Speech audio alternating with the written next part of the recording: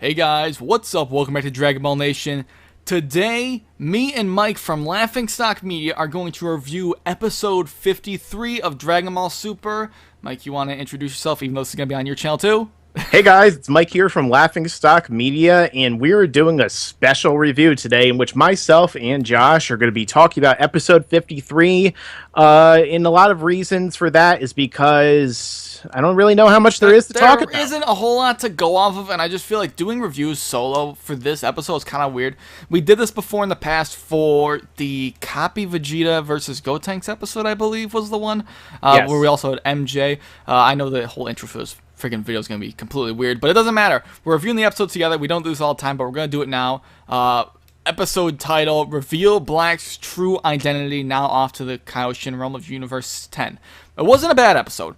It wasn't great, but it was good, in my opinion. I think it was a good episode. It wasn't great. There was some cool stuff towards the end, but we'll talk about that in terms of Zamasu and stuff. As always, every week, we watch them live, and it's translated on Twitter by Herms from Conzentra, so I'll leave a link to his Twitter down below, and I'm sure Mike will too. Yeah, shout out to him because he's always been very helpful when it comes to this. Sometimes I forget to mention it, and I do apologize, but he does deserve the credit here. But, Mike, what do we have here in this episode, in the beginning parts at least? All right, so essentially what happened in this episode was that Goku was going along with Beerus and Whis to the Kaioshin realm, or the realm of the Supreme Kais, that exists outside of the sphere of the universe itself in Universe 10, because Whis and Beerus believed that they had felt that energy somewhere else, and they had apparently felt the energy of the apprentice Kaioshin, Zamasu. And his master and him were basically speaking, conversing about their opinions on the Ningen, or the mortals. And essentially his master, Omasu, they were talking about, whether or not the mortals are dangerous and whether or not they really, are like a good thing. And so essentially, Zamasu, I feel like, wanted to be more interventionalist. And so his master said, no, it is the role of the Kais, not only the Supreme Kais, but rather all of the Kai in general, to not be interventionalist, but rather they give the catalyst for the creation of life. And it was kind of in particular for when the Supreme Kai himself came and, interfered in the Buu saga.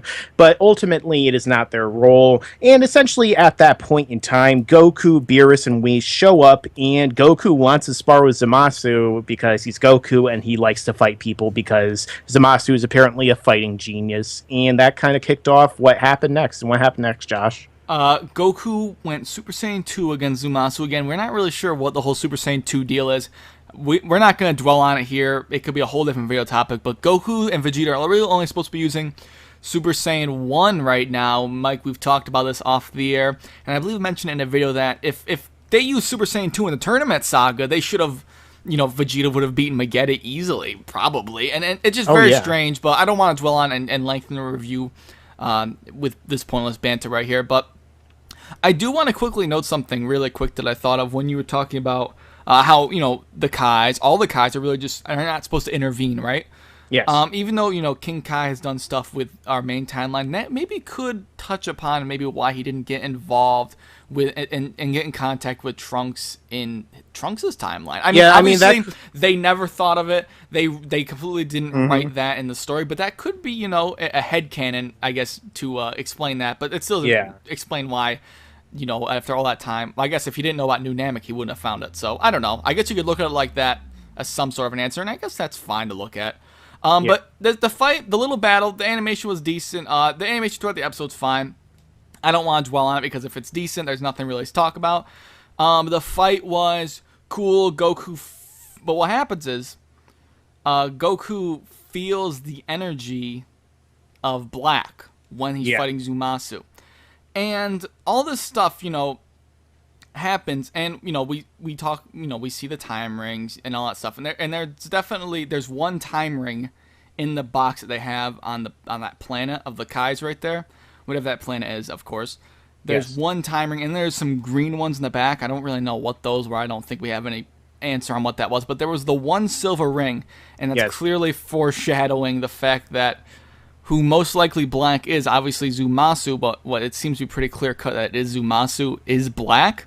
Well, I mean, it seems like they're ring. definitely leading us in that direction. Even though this episode says Black's identity reveal, it's never confirmed. Yeah. But they have similar ki, which is stuff we already knew before this episode. So we really didn't learn anything new. That's the point I'm trying to say here. Yeah, except for Zamasu seems pretty strong. He's way stronger, obviously, than our own Kaioshin in Universe 7. Right. But basically, like, when Beerus and Whis went to examine that, they went to try and ensure that they had the smoking gun, essentially. They had the proof that Zamasu might have been this Goku Black character. Although, I mean, it seems like they are definitely pushing that direction. We know that Dragon Ball is a simple show. Right. Most of the time, the obvious answer almost always seems to be what they're going to go with. But I do kind of wonder about his master. I mean, he is the pupil, Zamasu is, of that Kaioshin.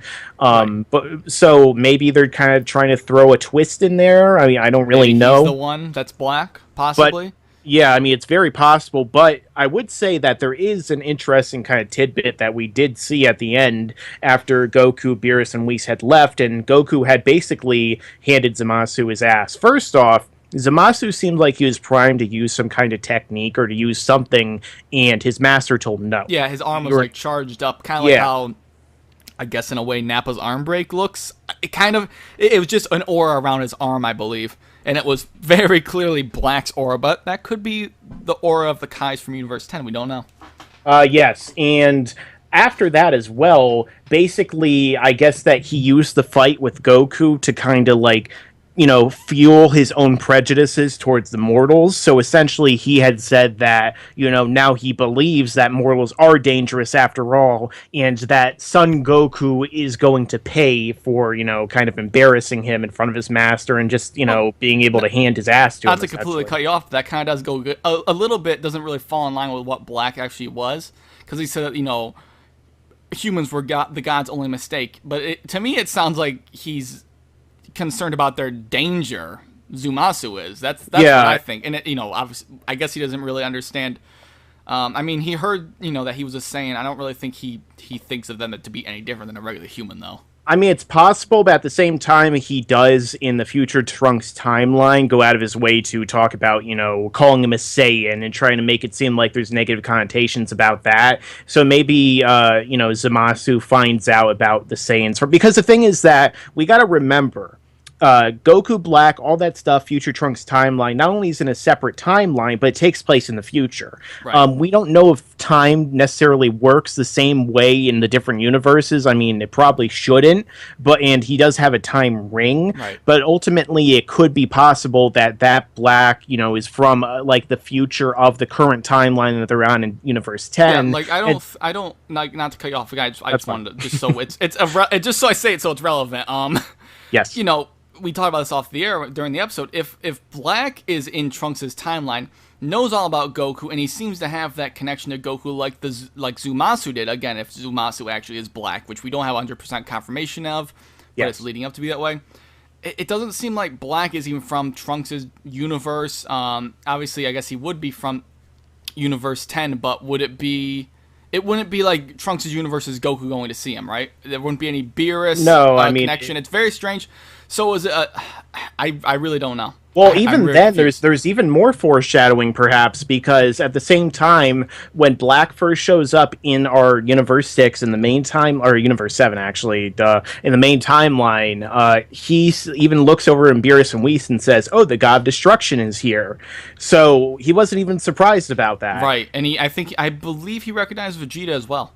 Yeah. So the fact of the matter is, it almost seems like what Toriyama said in that interview about how time travel might work differently in this case, and he's going to change the rules a little bit, almost might be implying that essentially, you know, it's almost like they're going to meet this character in the present, but then like his history is going to be changed in the future, like his future, which is going to alter the history of Trunks and all this other stuff. And they have like this time ring now that they've introduced into the storyline. So I wonder how like crazy and wacky all this time travel and everything's gonna get. And some kind of spoilers I'm not gonna really mention, like, almost suggests that in a couple episodes it's gonna get really kind of different from what we expect. So I'm kind of wondering where that's gonna go. But I mean, I feel like this episode was pretty good, and it is No, it seemingly, was. again, setting up more stuff to come in the future, more kind of interesting elements to come that I'm definitely looking forward to. I thought, it was executed well, and that's one of the main things I have to say about Dragon Ball Super in this current arc. The execution tends to be very good. There's only little issues like the Pilaf gang who won't just get out of the way, so we can see a little bit more of the stuff that's going on. Again today, and it was not nearly as bad as it's been in past episodes. Now, I want to preference people on my channel. Hopefully, know I talk about it a lot. I love the Pilaf gang. I love their gags, but recently they've been very, very misused, and they've been put in these serious situations to kind of lighten the mood, but they just don't fit at all. And again, this is another one of those scenes, not as serious, but just there was no gag really. Like, what was funny about them being here? Also, Mike, I do want to mention, because I basically shit my pants when I saw it. Yes, I was waiting for you. Trunks was I shit my pants, and then the other end had something going on too. Trunks sees 18, and number one, it's always great to see 18 get some spotlight because, well, I like 18, but when 18 sees Trunks gets the sword right, which I understand. There's something there, but I kind of feel like maybe that was a little bit. That shouldn't have really happened, Trunks getting his sword back, because wouldn't he have still known that 18 wasn't really, wasn't really the same 18 as he knew, right? After he was revived, obviously in the Cell arc, but regardless of that, he didn't go and strike her. But 18 walks up and says, "Long time no see, Trunks." This is from Herms. "Long time no see, Trunks. I hear you killed me over in your world." And the way she got up to Trunks was. It looked some damn seduction going on there, but I don't think any of that was happening. But 18's always talked like that, which is a plus, there's a reason why they didn't show Trunks in that shot from the waist down. He looked so nervous. But I honestly, just the way that scene was made, I like how she just put her fist up to his chest. Well, yeah, but the general thing that was going on, for people who might not know, is that essentially 18 shows up and, Trunks is talking to Krillin, and so, Trunks is going to freak out. He's ready to attack 18 because he thinks that she's still a threat, and then Krillin reveals, wait a second, no, she's actually my wife, and we have a daughter, and so he sees, Krillin with his daughter. Bastard. Yeah, and Trunks is like, oh, I'm the only one who's forever alone here, I guess. Well, it's because everyone's dead. That's true. No, but I mean, people know I like 18 for whatever reasons. But no, I think that was a really good use of her character, in an honest sense, without my bias of her. I think that was a good use of her character. Actually, I think it was smart of them to do that. But I would have liked more focus on that and more focus on the Black and Zamasu and Goku and that kind of storyline, and a little bit less focus on the Pilaf stuff. We were talking to Danny, aka Geekdom, off the air a couple hours ago, and he said don't expect too much in this episode, and he was right. Yeah, I mean, they make us wait a week, and then we get a decent episode, but. It seems like maybe they're building to something. Black's identity revealed, and then we don't get his identity revealed. It seems pretty obvious that's going to be Zamasu, but at the same time, I've talked about this multiple times. I know I sound like a broken record to people that watch my videos, and we talked about this off the air, Mike. Dragon Ball is very, very simple, but this, making Zamasu black is almost too simple, because even if you're not someone that analyzes the show like us, or goes and looks at all the let's say the Jump previews and stuff that have all the information, because we knew that they had the same key for a few weeks, I think. Mm-hmm. Even if you don't do that, it seems pretty damn obvious before this episode that he was gonna be black. That's just my opinion. I mean, he looks green to me, but I know what you're saying. I know. Definitely. So many people say that. Jesus. Well, no. There are other people that are saying, "Oh, he can't be black because black is in the future." I'm just like, come on, bro. He has a time ring. It doesn't matter. I think it's gonna be interesting. I was talking to you earlier, and I think it'd be interesting if this Zamasu is obviously Zamasu being black. Let's just say that if this Zamasu decides to, obviously with Goku's intervention here, if that's different than what happens to the other blacks, we have no idea what happened to him. I mean, there could be one every single timeline. There could be one just in every time, like a single one. It would be interesting if Zamasu himself becomes an ally of sorts and tries to combat with the evil black. I guess I don't know if that sounds confusing to the viewers, but I'm sure you understand what I'm talking about. Yeah, I mean, maybe him and Goku accidentally fuse, but you'll save that for your prediction video. Well, yeah, we'll see what happens. But I think we really covered everything, Mike. Is there anything else you want to really add? I don't know if we missed anything too major. Obviously, Herms doesn't translate every single piece of dialogue, but he translates pretty much 99% of the time the most important things that are actually worth mentioning. So if we do miss anything, I apologize. So I don't really think we were going to miss anything, though. Yeah, so essentially just let us know your own thoughts down below in the comments section if you like this episode, if you didn't. And don't forget to, check out Josh's channel if you're on mine, and check out mine if you're on Josh's. Oh, yeah. He'll be linked down below. He'll be linked down below. I'll be linked down below on his. Check it out. Hopefully, you won't be disappointed. I can't promise anything, but, give it a try. This review is all over the place, Mike, that's for sure. But, hopefully you guys did enjoy it. That's always important. I don't like to disappoint people. So, hopefully you guys enjoy this video. Mike, anything else? No, nothing else. All See you right. later. See you later, guys.